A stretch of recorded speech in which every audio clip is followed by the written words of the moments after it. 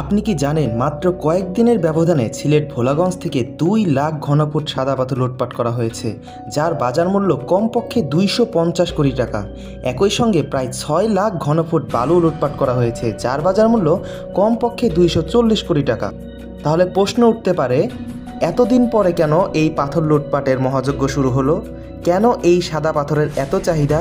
কিভাবে তৈরি হয় এই সাদা পাথর এবং পাথর উত্তোলনের সরকারের আইন সম্পর্কে কি বলে, আজকের এই ভিডিওতে সেটা জানার চেষ্টা করব। বাংলাদেশের প্রাকৃতিক সৌন্দর্যের লীলাভূমি খ্যাত সিলেট অঞ্চল কিন্তু সাদা পাথরের জন্যই বিখ্যাত। আপনি যাই বলেন না কেন, সাদা পাথরগুলো মূলত রয়েছে সিলেটের রাংপানি, জাফলং, ভোলাগঞ্জ অঞ্চলে। ভোলাগঞ্জ অঞ্চলের পাথরগুলো মূলত ধোলাই নদী দিয়ে আসে এবং জাফলং অঞ্চলের পাথরগুলো মূলত পিয়াই নদী দিয়ে আসে।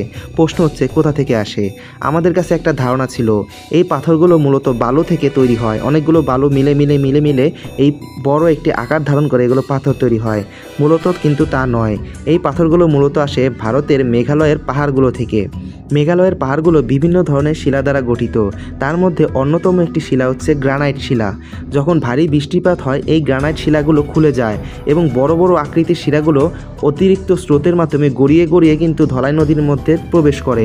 যখন শিলাগুলো গড়াতে থাকে একটার সাথে একটা ঘষা খায় এগুলো ভেঙে যায় এবং বিভিন্ন আকৃতি ধারণ করে। এর জন্য আপনি যখন জাফলং বা ভোলাগঞ্জ বেড়াতে যাবেন দেখবেন এক একটা পাথরের এক এক ধরনের আকৃতি। দেখতে খুব ভালো লাগে এবং দেখতে অনেক সুন্দর লাগে। কিছু কিছু পাথর দেখতে সাদা এবং কিছু কিছু পাথর দেখতে কিন্তু কালো হয়। প্রশ্ন আসতে পারে, এতদিন পরে কেন এই পাথর লুটপাটের মহাযজ্ঞ শুরু হলো? আগে কি পাথর উত্তোলন হতো না?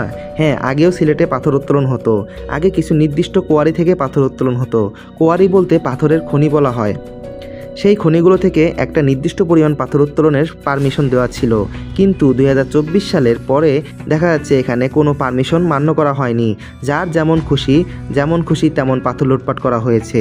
2008 সালে বিদ্যুৎ ও জ্বালানি মন্ত্রণালয় পাথর উত্তোলনের উপর সম্পূর্ণ নিষেধাজ্ঞা দিয়েছিল, কিন্তু দেখা যায় 2025 সালের জানুয়ারি মাসে এসে বিদ্যুৎ ও জ্বালানি মন্ত্রণালয় এই নিষেধাজ্ঞা উঠিয়ে নেয়। তারপরেই কিন্তু এই ধ্বংসযজ্ঞ শুরু হয় এবং লুটপাট হয় অনেক কোটি টাকার পাথর। এখন আমাদের মধ্যে একটাই প্রশ্ন, যে পাথরগুলো লুটপাট করা হলো সেগুলো কি আবার ফিরে আসবে প্রকৃতিতে?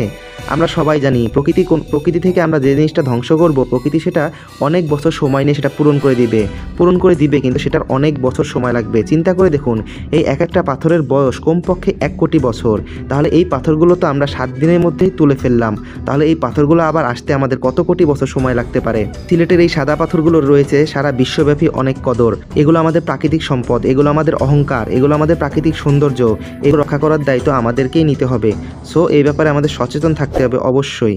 ফিশি ফ্যাক্টের এই ভিডিওটা দেখার জন্য আপনাদেরকে অনেক ধন্যবাদ। ভিডিওটা ভালো লাগলে অবশ্যই চ্যানেলটি সাবস্ক্রাইব করবেন।